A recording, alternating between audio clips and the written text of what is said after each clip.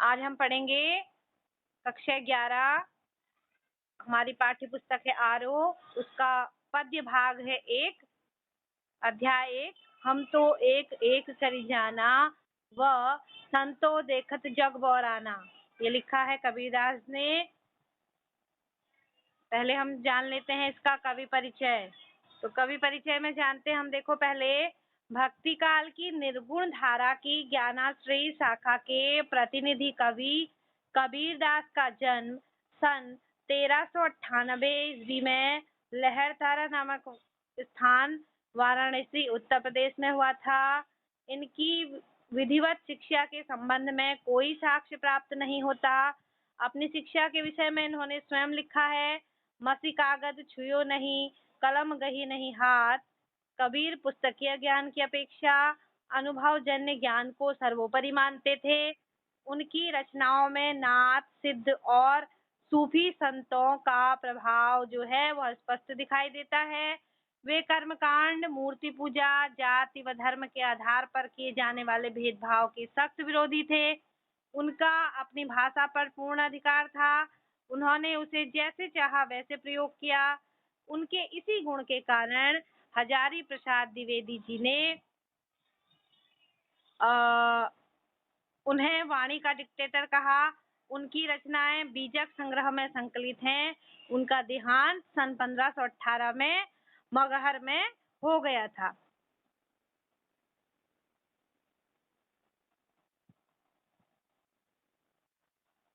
ये था हमारा कवि परिचय। उम्मीद है आप सब कुछ समझ में आ गया होगा। तो आगे पढ़ते हैं हम पाठ की रूपरेखा। देखो रूपरेखा क्या होती है। रूपरेखा होता है थोड़ा सा पाठ के बारे में कबीरदास ने क्या कहा है उसका थोड़ा सा इंट्रो, ठीक है, इंट्रोडक्शन थोड़ा होता है। देखो पहले काव्यांश में कबीर ने बर्तन, लकड़ी आदि विभिन्न उदाहरणों के माध्यम से ईश्वर के अद्वैत रूप को स्थापित करने का प्रयास किया है और संसार की प्रत्येक वस्तु में उसकी व्याप्ति दिखाई है। कबीरदास ने आत्मा और परमात्मा को एक ही रूप में देखा है। दूसरे व तीसरे काव्यांश में कबीर ने बाह्याडंबरों का विरोध करते हुए यह स्पष्ट करने का प्रयास किया है कि ईश्वर की प्राप्ति बाह्याडंबरों के माध्यम से पूर्णतः असंभव है। उसे तो केवल अंतरात्मा की शुद्धि से ही प्राप्त किया जा सकता है। ठीक है, हाँ आगे देखते हैं हम। पहला काव्यांश देखो, हम तो एक एक करी जाना संतो देखत जग, हम तो एक एक करी जाना दोई कहे तिन्ही, दो जग जिन नाहिन पहचाना, एके पवन एक ही पानी, एके ज्योति समाना, एके खांड गड़े सब भांडे, एके कोहरा साना, जैसे बाड़ी कास्त ही काटे, अग्नि न काटे कोई, सब घट अंतर तू ही व्यापक, धरे स्वरूपे सोई। माया देख के जग लुभाना, जगत लुभाना, काहे रे नर गरबाना, निर्भय भया कछु नहीं व्यापे, कहे कबीर दीवाना। ठीक है, अब कोमल एक बार जो प्रस्तुत काव्यांश है कहाँ से लिया गया है, हमारी पुस्तक आरोह के भाग 1 से लिया गया है। यह जयदेव सिंह एवं वासुदेव सिंह द्वारा संकलित संपादित कबीर वांग्मय के जो खंड 2 है, शबद है, जो शबद से लिया गया है, जिसके रचयिता कबीरदास जी हैं।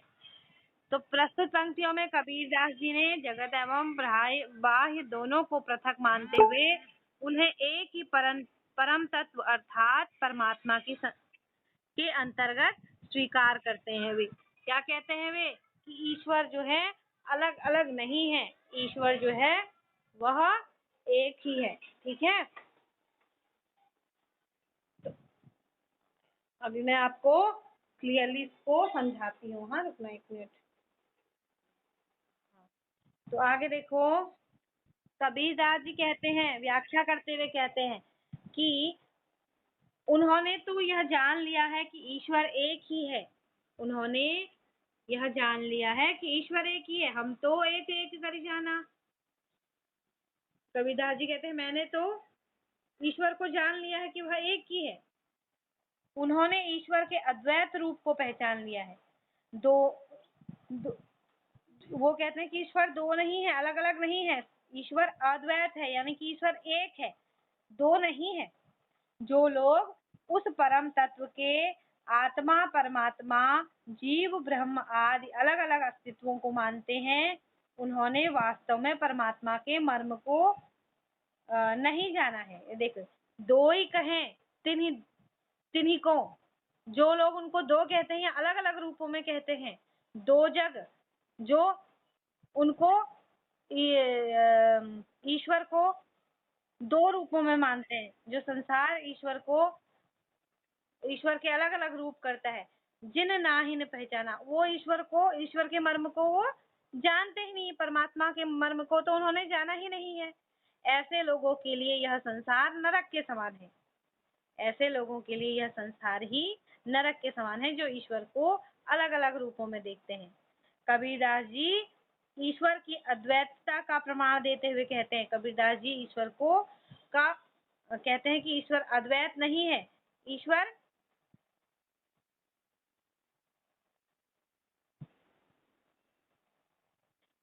ईश्वर अद्वैत है, यानी कि द्वैत नहीं है, दो नहीं है, ईश्वर अद्वैत है। अद्वैत का मतलब, अब ये विलोम शब्द की तरह है ये, द्वैत अद्वैत।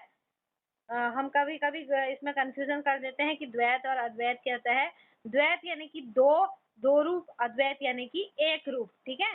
तो उन्होंने ईश्वर की अद्वैतता का, मैंने ऊपर अगर द्वैत यानी कि दो बोल दिया होगा ईश्वर के तो अद्वैत वाले में, तो वहां पर आप करेक्शन कर सकते हो। ईश्वर क्या है, उन्होंने ईश्वर के अद्वैत रूप को पहचान लिया, यानी कि एक रूप को पहचान लिया है, ये था ऊपर, ठीक है। जो लोग उस परम तत्व के आत्मा, परमात्मा, जीव, ब्रह्म आदि अलग अलग अस्तित्वों को मानते हैं, उन्होंने वास्तव में परमात्मा के मर्म को जाना ही नहीं है। ऐसे लोगों के लिए यह संसार जो है वह नरक के समान है। कबीरदास जी कहते हैं, जिन्होंने ईश्वर के मर्म को नहीं पहचाना है, ऐसे लोगों के लिए यह संसार नरक के समान है। कबीर ईश्वर की अद्वैतता का प्रमाण देते हुए कहते हैं, मतलब कि कबीर कहते हैं कि ईश्वर एक ही है, और इसका प्रमाण देते हुए वह क्या कहते हैं, सुनो आगे।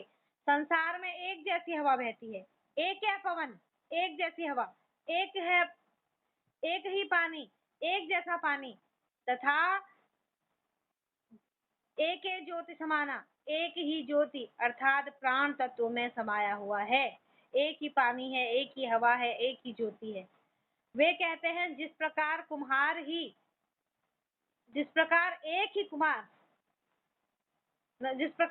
एक ही तरह की मिट्टी से सभी बर्तन बनाता है। देखो, एक एक खाक यानी कि मिट्टी, एक एक खाक गणे सम भांडे, जिस प्रकार कुम्हार एक ही मिट्टी से सारे बर्तन बनाता है, चाहे उसका आकार प्रकार भिन्न हो, ठीक है। उसी प्रकार ईश्वर ने मनुष्य के शरीर का निर्माण भी एक जैसे तत्वों से किया है, भले ही उनके आकार प्रकार जो है या स्वरूप जो है भिन्न भिन्न दिखाई दे। एक एक कोहरा साना, देख, एक है खाक गड़े सब भांडे, एक है कोहरा साना, एक ही जो वो मिट्टी के बर्तन बनाने वाला होता है ना, जो गोल गोल घूमता है, तो वो कहते हैं कि एक ही कोहरा साना, एक ही जैसी मिट्टी को छानकर सारे बर्तन बनाता है, जैसे कुम्हार, और अलग अलग उनको शेप देता है, वैसे ही ईश्वर ने भी मनुष्य को एक ही मिट्टी, एक ही हवा, पानी और अग्नि से बनाया है। धरती और आकाश एक ही है। तो ईश्वर, मनुष्य जब अलग अलग नहीं है, तो ईश्वर भी अलग अलग नहीं है, ठीक है। हमारे जो अंदर जो प्राण तत्व है वो पानी भी, तो वो एक ही पानी है, एक ही अग्नि है, और एक ही प्रकार का इसमें वायु है। पंच तत्व से बनता है मनुष्य का शरीर। कौन कौन से पंच तत्व होते हैं?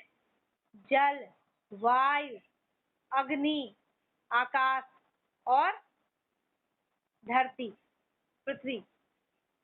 हाँ, तत्व होते हैं ये, जल, वायु, अग्नि, धरती मतलब मिट्टी से होता है, ठीक है। जल, अग्नि, वायु, आकाश और धरती, ठीक है, ठीक है। तो देखो, कबीर अपने मत की पुष्टि करते हुए कहते हैं, हाँ, कबीरदास आगे कहते हैं, देखो, कबीर अपने मत की पुष्टि करते हुए कहते हैं कि जिस प्रकार एक बढ़ई देखो, जैसे बाढ़ कष्ट की ही काटे, अग्नि न काटे कोई। जैसे बढ़ई लकड़ी को तो काट सकता है, लेकिन उस लकड़ी में जो आग है, जो नहीं उसके अंदर आग है, अर्थात प्राण तत्व को वह नहीं काट सकता है। उसकी जो आग उसमें समाई हुई है उसको नहीं काट सकता है। उसी प्रकार परमात्मा के सभी मनुष्यों में समाये होने के कारण आत्मा अमर एवं अकाट्य है। जो आत्मा है उसको कोई नहीं मार सकता है, वो अकाट्य है, क्योंकि एक ही ईश्वर सभी मनुष्य के अंदर समाया हुआ है। ठीक है। सब घटी अंतर तू ही व्यापक धरे स्वरूप है सोई। सारे मनुष्य के अंदर एक ही ईश्वर है, अलग अलग स्वरूप उसने धारण किया है। माया देख के जगत लुभाना, काहे रे नर गरबाना। कबीरदास जी कहते हैं, मनुष्य संसार के माया जाल में फंसा हुआ है।